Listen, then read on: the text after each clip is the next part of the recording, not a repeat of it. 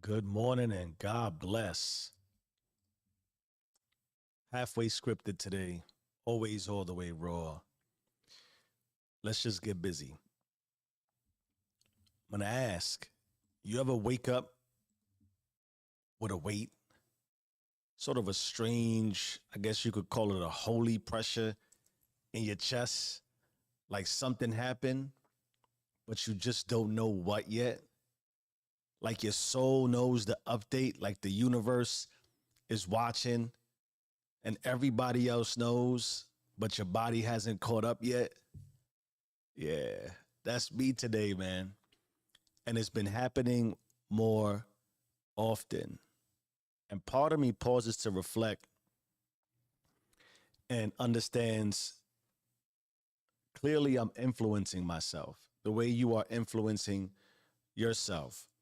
So I believe quite natural and indicative of what we'll discuss in a little bit of detail today. If I'm focused in a certain direction and I'm targeting certain core philosophies and understandings and information and experiences, sort of like this book I'm also now reading, which I'm listening to. It's called Transurfing. I'm only halfway through the first chapter, not even that, maybe 30 to 45 minutes. And it's like a 35-hour book. But there are often things that I like to listen to versus read because I feel like when I hear it, it hits me different. And this is one of those books. I did it with the Sefer Yetzirat. I did it with Conversations with God. So I'm particular about what I put my finger on to read, which I often usually journal on and reflect on. And then I'm conscious of what I listen to. But in any event, like a lot of the literature, like a lot of the reflection, the thought, the consciousness, the prayer that I'm focusing on, he talks very explicitly, about you can create the life you see for yourself. And I'm so far, I believe, in my journey that when I hear those things, I don't know if it's discomfort. I don't know if it's a little bit of fear. I don't know the emotion to tap into. But every time I hear it, it's like, okay, I've heard that. And it's not just like I've heard that. I question, hasn't everyone else? But then when I dig a little bit deeper and I go book after book after book after book, video after video after video after video, and I see this being a common recurring theme wrapped up in different ways. But nonetheless, it's sort of a mantra around this space. Interestingly enough, the author also references the fact that it is somewhat publicized in a self-help type way, but that's not his intention. The way that anyone who is teaching something, showing something, resembling something, mirroring something, saying something out loud will suggest it's not their intention, or at least that their intention is unique in some capacity. And in that way, I do believe it is. Because your interpretation and my interpretation and everyone else's interpretation is going to be their own interpretation. Yet in the same way, we seem to come to a lot of the same conclusions when we want to conform to social standards. But to tie that in as far as the influence I'm influencing myself with, I caution myself. I sort of emotionally pause. I talk about being objectively subjective versus subjectively objective, or maybe it's a combination of somewhat of the both. That, all right, clearly you're inundating yourself with this type of information. Like you're praying on it, you're reading about it, you're conversing about it. I'm even sheltering myself to an extent when you consider what I do and we talk about going dark and creating for yourself. It's natural for me to create an environment that only reflects what it is I want to see. But in that same way, we're all doing that, whether we're conscious of it or not. I just happen to, as I said yesterday or a couple of days ago, days are just eluding me as far as time goes. When you're conscious of being conscious, you sort of consciously start to reflect in this way, and you can drive it. We talk about, what was it? The mystics sort of called it conscious madness. There is this paradox. There is this sort of bias around, of course, I'm confirming my own biases. But part of what I want to get into as far as how we'll continue to shift this episode is I believe the shift is not just happening around me, it's happening around all of us. Is that you have to have the power of faith, not like get on your knees, pray, God save me faith. I'm talking about, faith is faith is pain. Faith is struggle. Faith is without confirmation. So my point, if you're having some sort of question around what you need to do, how you need to do it, it's a faith play. The way it's always an effort play. You might require the faith to just start because you haven't started in a while.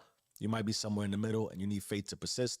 You might be reaching an end and you're a little fearful of, well, what now? Or some combination of all those things. And it might apply in different lanes and different avenues of your life. My message around that would be, which is the message to myself, to convince myself, have faith. Yes, you're looking in that way, so you'll find what you're looking for. Seek and thee shall find. But don't be fearful now of what you find. You're supposed to find it this way. So there's a shift happening, as I already referenced, and I don't believe it's around me or just around me and in me. I believe it's around everything that is all encompassing because I believe God is all, right? But my wife called me out on it today. Just this morning, I went into her office and she just said, yo, you're acting weird. I hadn't even done anything yet. All she saw was me walking by back and forth, walked the dog, fed the dog, put the water. I did the same things I do every morning. A little weird. But that confirmed it for me. I didn't overreact to it. I processed it because I had already woken up. The way that she said I'm behaving a bit weird, I woke up feeling weird. Now, define weird. We're going to get into what, that's a lot of what I want to push as far as the thought processes emotionally, the questioning. You call it weird, I call it confirmation. You call it weird, I call it faith. I'm not chastising or condemning. I just know she felt it. And she's the closest to me. She's supposed to feel it. But the closest of the closest is me and God. We both felt it. So it ain't subtle. I feel like it's tectonic. The kind of shift where dreams, doubt, and decision all shows up at the same time. You hear what I'm saying? Dreams, doubt, decision. Dreams, doubt, decision. It all comes to a head. It's all colliding. And the faith I reference, it wants receipts. And you've been dodging some questions, most likely, if you're like me. But now you just can't elude them. It's like mirrors staring back at you. So when I wake up weird and I have these inflection points, am I afraid of failing? Is that not a real question? Am I afraid of failing? Are you afraid of failing? Of course. Sure I am. I think that's the point of faith. So I can ask, am I afraid of failing? Are you afraid of failing? But then I got to ask, because I wouldn't be me the way I'm me today. What is failure? Seriously. Objectively, what even is failure? How would you quantify and qualify failure? Would you even consider yourself a failure when left to really ask yourself? I can't believe you would. Why? Why would you leave yourself a failure? Sure, we fail. Sure, things don't work out the way we intended. Yes, we're not all where we want to be, but are you really a failure? Who told you what failure meant? And at what point did you accept that as your definition? That you want to call weird? That's weird to me. So what even is failure? How do I measure it? How would it show up? How would it show up? Does it look at you? Hi, I'm failure. Does it scream at you? Does it restrict you and confine you? What is failure? And to who? And how would it show up? Oh, nobody's showing up today, Jeff. That's failure showing up, right? That's what you would say. Nobody's, use the mic. Nobody's commenting, Jeff. You're like video 7,000. Give up already, Jeff. It's real. What are you doing What are you trying? What are you persisting towards? Dictates how fear would show up to you. And if I can define it, because I can define it, you can define it, then I have to ask myself, can I actually defeat it? If you're going to tell me I can fail, then there has to be a way that I win. If you're going to let me know that I can be defeated, then there has to be a possibility where I'm victorious. If I can lose, I can win. Ask that question. Ask that question. Can I actually defeat my fear, my doubt, my stress, my anxiety, my overwhelm? Can I defeat it? If it's showing up, can I have it be shown out? If I can open the door to it, can I close it? Ask that question. And then ask it again, and then ask it again, and then ask it again until you get past the surface answer. And the fear that birthed that answer will dissipate. I got to run upstairs. Give me like 45 seconds. I'll be right back.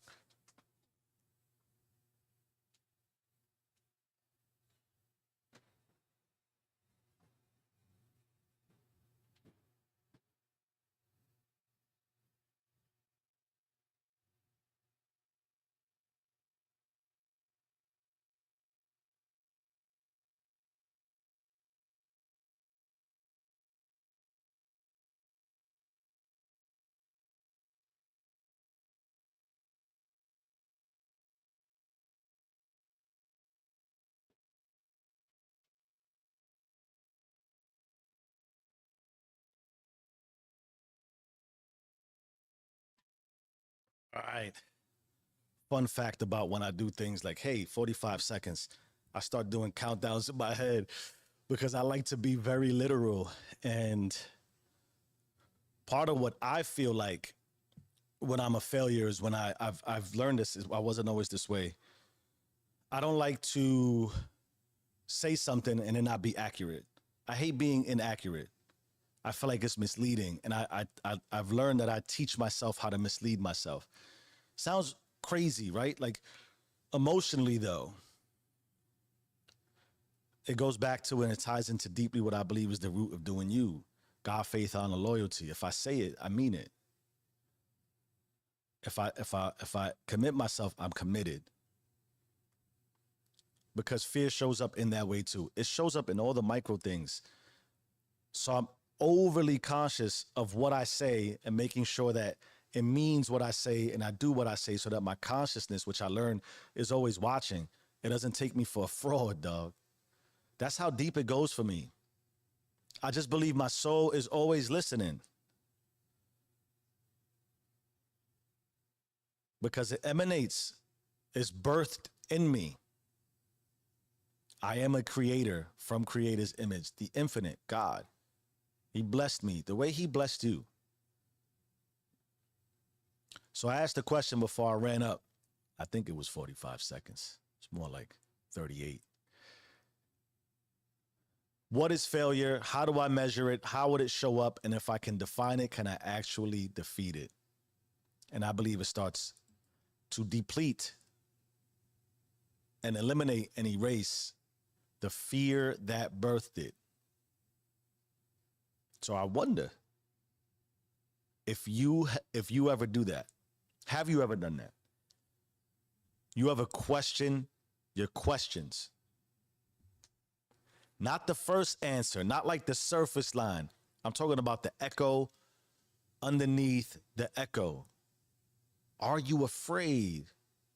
Sure. But what are you actually afraid of? You say doubt. Cool. But what is the origin of the doubt? Ask right now. Because consciously, spiritually, in your soul, I believe if you stop at the first answer, we stay there.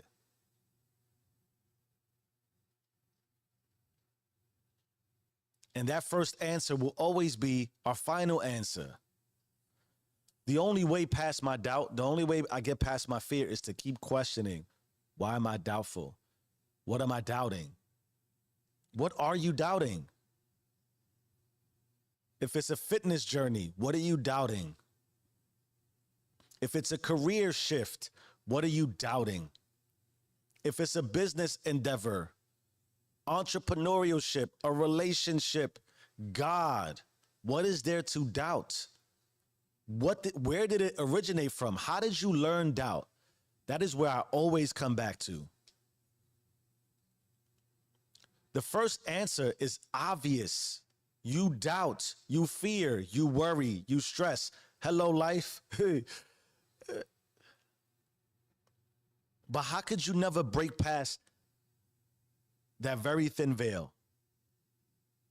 You got to puncture that. And it's emotional.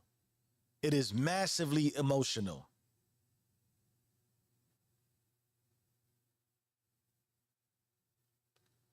What it also is a temporary truth.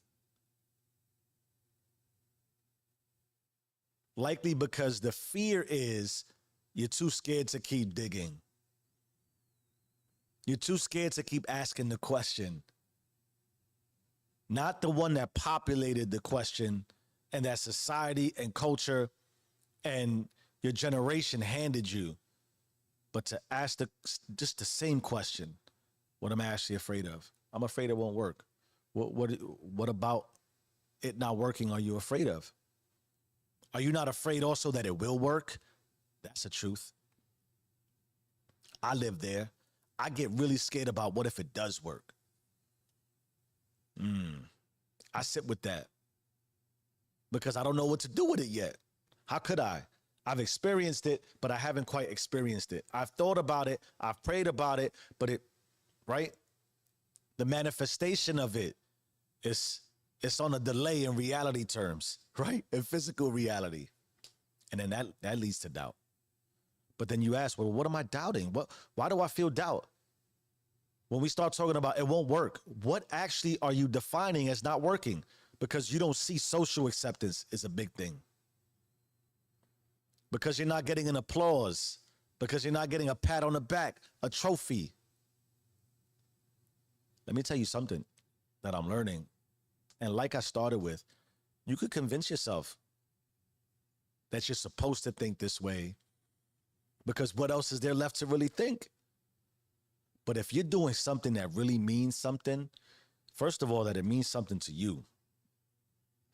Because it got to mean to you before it means to anybody else. It just has to. Otherwise, it will never mean anything to anybody else. Because the meaning you're bringing out, exposing externally will be a false truth. And if you don't think other forms of consciousness and beings and realities are lit up by that, you haven't been paying attention long enough. So even the fake truth, and I hate to say fake truth, but even the truth you believe you have to spit out to align to be, I don't think the word is acceptable. I think it's more relatable. Why wouldn't any of us want to be relatable? How about this? I was having a conversation yesterday, man, and we're at my son's soccer game, and parents are there, and they're just talking, and two things hit me. The kids will be home from school soon, and we got into a conversation about, yeah, they're old enough to feed themselves, 11, 12, 10, 11, 12, some of them maybe 13, and, because I don't have time for that. How about you, Jeff? Oh, no, I make them whatever they want. Oh, my God, how could you? How could you? So you think having them fend for themselves is teaching them something. That's cool. I didn't say you were wrong. I didn't even question it. I said, cool, I get it. You don't want to be disturbed. You're a remote worker or you're taking some time off. You don't want to be disturbed by your kids. You see when you say it like that? That bothers me personally. Your kids disturb you? Really? You brought creation into the world to be disturbed by it? Are you kidding me right now? Yeah, but then I got 3. I got 2. Okay, 3 is bigger than 2. It's a bigger number. It's harder. Yeah, but one wants, and then one wakes up at this time and, okay. What else are you doing? What else are you doing? Stop it. Stop. I live just like you live. There's multiple realities. One, you're distracted. Two, you're lazy. Three, you don't have no stamina. You only have stamina for yourself. So if my son wakes up at 7 and he's like, yo, I want pancakes and turkey bacon, he gets pancakes and turkey bacon. My daughter wakes up an hour and a half later and she's like, yo, I want a bacon, egg, and cheese. She gets a bacon, egg, and cheese. At the same time, I said, yo, maybe some toast with. All right, cool, I got you. There's a specific soup. Can you make me, he calls it sausage soup. Can you make me sausage soup? But my daughter wants a smoothie. I do it. I don't even question it. I don't let it impact me negatively. That's an experience. That might mean nothing to you. It means a lot to me. The next thing, they were talking about zappers, electric zappers. Yo, mosquitoes have been loving me lately. I got that holy blood. I hate sometimes to use the word holy. Holy makes me uncomfortable. But I was at Home Depot buying flowers for the yard. My wife and I picked out some beautiful flowers. At least we think they're beautiful. And it's life. I'm like, man, look at all this life. And we would get, I had mosquito bites on the side of my head, though. The things were huge. But they're just mosquitoing. Like, what am I going to do? I try not to swat at them because I feel like that's God. In the form of a mosquito. I know, you're bugging, Jeff. Cool. That's just the way I feel. So we're talking about my wife was saying it, how we got hit. We always say, we getting hit, so we getting hit. And one of the parents was like, yeah, I get a zapper. It's so satisfying. And I'm thinking to myself, why does that satisfy you to zap bugs? That doesn't. So I said, yo, you know what I want? A human zapper. Nobody laughed. I laughed real hard. Sometimes humans need to be zapped. Word up. Like, you out here just speaking your truth as if it's the only truth. I know I'm doing the same thing, right? But you're not open to other truths. I'm open to other truths. I've been saying this emotionally recently. None of my truth is so temporary that I can't be enlightened with more truth. That's why I've learned to listen. I let people spew their life experience and their wisdom. I'm always open to listening. What do you think, Jeff? If you ask me, I'll tell you. Otherwise, I get it. I tap into you. I understand. So when we talk about emotionally kind of squatting in spiritual halfway houses, it's because you don't ask deep questions. And it's not a deep question like it's philosophically deep. It's just you don't go deeper with the same question. What am I afraid of? What am I afraid of? And answer it. What's the first answer you get when you say I'm afraid? Then ask yourself, why are you afraid of what you think you're afraid of? And keep doing that. You know what happens ultimately after a little while too? You get tired of asking yourself, why am I scared? And you build up a little bit of courage. Because you hear yourself and you're like, I'm scared of this. Like, I'm scared of going live and somebody giving me a comment that doesn't align with who. So what? I get that feeling sometimes. When I do, I'm like, yo, I'm trying to help. I'm trying to help God. I'm trying to help God. I'm trying to help. I get a comment. Yo, it's sideways. I'm like, yo, I get it. I'm doing this for sideways comments. That's ego, right? I got to get past that. What do? I ask the question. Oh, you asked for comments, but you just want the good comments.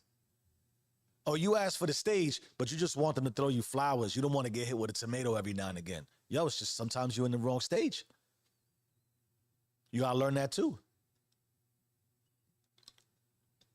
Sometimes we want to say we can outgrow and we want to be proud of elevation, but not realize that before we elevate out, we have to elevate in, which means you could be changing in front of everybody who is around you right now, who only knows you as the previous version of what you changed into. And you think you're going to be received well. You're not. It's going to confuse and confound them. And it's going to create a level of, I guess we could call it hating. You're going to feel like it's hating. Define that too. What does it mean to be hated on? Nah, it's just you changed. And they did not. That's all. So now when you start speaking your new speak, they're used to responding to you in your previous speak. Their frequency is off. It's just a different channel. It doesn't make you better. It doesn't make them less. It doesn't mean they're failing now. Because you think you're winning doesn't make other people a failure. Get over that too. You're just winning now in a different way. Because guess what? You're going to find another room where people are winning just like you. And you might align with that and you might get comfortable there too and realize I got to get out this room too. You think it stops. Okay. Okay. Here's what I believe I haven't checked the chat. Let me check the chat. Where you at, chat? Not yet, right? Cool. We talked a lot about fear. And so what I believe I'm learning is that just fear is just an unanswered question. And every question, if followed far enough, leads to God. Come on, you know I was going there. Not always in language, not always in comfort, but in authorship. So as I've already said, the deeper I go, the less afraid I am. It's the realization. The fear was never final. It's sort of like a hallway. And I don't need answers to everything. You don't need answers to everything. You're not going to get all the answers. That's part of, am I biased towards my own growth and success and knowledge? To my own image? Of course, I got to fight that. How do I fight that? I need to keep asking. Because the movement you make, the hallways you walk, the path you take gets massively silent. When things start it feels like it's turning its back on you. And that gets dark. That gets uncomfortable. That gets lonely. And then you feel something changing and it's starting, like I said, it's tectonic. Dog, it's indescribable. What I offer you, I don't know how. I just tell you, if you move a certain way, seek these words, seek and thee shall find. You'll find it. And the only thing I can encourage is ask, ask, ask.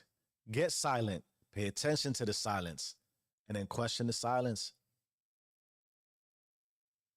It's not linear. Understand the path. Understand the obstacles. Go back to what we said earlier. If the opportunity presented implies that you could fail, it also implies that you could win. And I can't help but go back to the same thought that most of us aren't thinking about what we're thinking about, because left to really think about what we're thinking about, if we really have to be convinced that we could create whatever it is we want for ourselves, and that we can get that somehow we're stuck in fear, anxiety, stress, overwhelm, doubt, insecurities. Why would you think yourself into that if you could think yourself out of that? It's raining outside. It's either gloomy or you understand that growth is needed. And so water nurtures. It's the same rain. You either fall on your face, you get bruised a little bit, and you realize like a snake shedding its skin, I needed to grow new skin. I need to get a little bit tougher, more resilient, because I'm probably gonna fall again. Or, see, not for me. I knew it. I should stop. What? I can't believe that if you continue to question what you're actually scared of, that you will keep yourself scared. That's the point. I can't believe that if you keep asking yourself, what are you doubting, that you'd leave yourself in a doubtful state. I can't believe it. I refuse to believe it. I offer you that. Question. It's the same reason I talk about I don't give advice. You ask me for advice, I ask you a question, where you trying to go? I understand tactics, strategy, operations, capitalization. I understand prophesizing, lucid dreaming. There's so many experiences, right? Mentoring, mentees, competition. I've gained my man. Listen, man. I've been through my go through relative to, like, I'm just like you, so I understand the premises. I can certainly point you in a direction, but I can't walk it for you. I say pray and meditate. Somebody says just sit still and sit quiet. Does it mean the same thing? Assuredly. There's a framework. There's a framework. It all starts with how you think about things and how you prove it to yourself. It's massively emotional. How could it not be?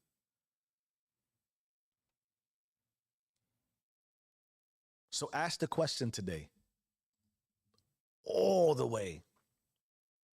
Get past the surface, pierce through the veil, past your first answer, past your ego's script. Ask what you're afraid of. Then ask why that fear still lives in you. And when you do, sit with it. Don't rush the exit. Let the fear answer itself. Let it just answer itself. Because when you question long enough, the lie, the false truth runs out of breath before you do. And what do you think is left? What's left is you. Just you. The real you. The one who writes their own chapter and verse. The authored one. The chosen one. The one who is not afraid to ask. You own it, or you will be owned by it. You either run the system, or the system runs you. Change your mind, change your life. I am who I say I am. Do you and stay rich.